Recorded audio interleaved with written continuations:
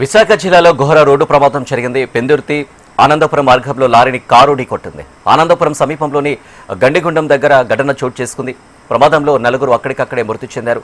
Narasaraopet MLA PA Chandrasekhar తీవ్ర గాయాలతో బయటపడ్డారు.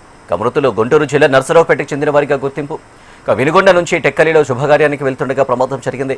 కారులో ప్రయాణిస్తున్న 5గురిలో 4 మృతి చెందారు. మృతులో ఎమ్మెల్యే పిఏ చంద్రశేఖర్ కుమార్ ఉన్నట్లు తెలుస్తుంది.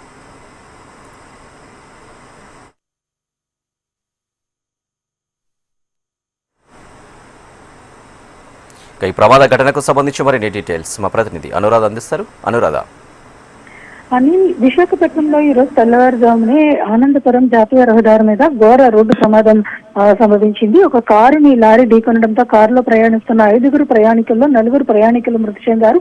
అందులో ఒక చిన్న పిల్లాడు కూడా ఉన్నట్లుగా తెలుస్తోంది. అయితే ఒక వ్యక్తి తీవ్ర గాయాలు కావడంతో అతన్ని స్థానికంగా హాస్పిటల్కి తరలించారు. అయితే వీళ్ళ వివరాలు కనుక చూసుకుంటే కనుక వాళ్ళు వినుగొండ నుంచి శ్రీకాకుళంలో ఒక శుభకార్యానికి వెళ్తూ ఈ ప్రమాదానికి గురయ్యారు.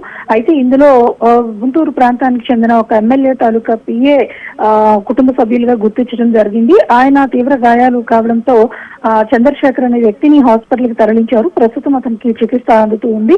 అయితే మొత్తం కారులో ప్రయాణిస్తున్న 5గురిలో డ్రైవర్ తో సహా మొత్తం 4 వ్యక్తులు మృత్యువాత పడడం, ఉదయమే శుభకార్యానికి వెళ్తూ ఇక ఈ ప్రమాదానికి గురి కావడంతో ఒకసారిగా అటువైపు వెళ్తున్న వాళ్ళంతా కూడా కొంత బాధపడిన సంఘటన మనకు కనిపించింది. స్థానికుల సహాయంతో పోలీసులు కూడా వెంటనే సంఘటన స్థలానికి చేరుకుని ఏదైతే మృతదేహాన్ని తరలించే ప్రయత్నం చేశారో, అలాగే గాయాల పాలైన వ్యక్తిని విశాఖపట్నంలో స్థానికంగా ఉన్న ఒక ప్రైవేట్ ఆసుపత్రికి చికిత్స కోసం తరలించి వారి కుటుంబ సభ్యులకి సమాచారం కూడా అందించారు.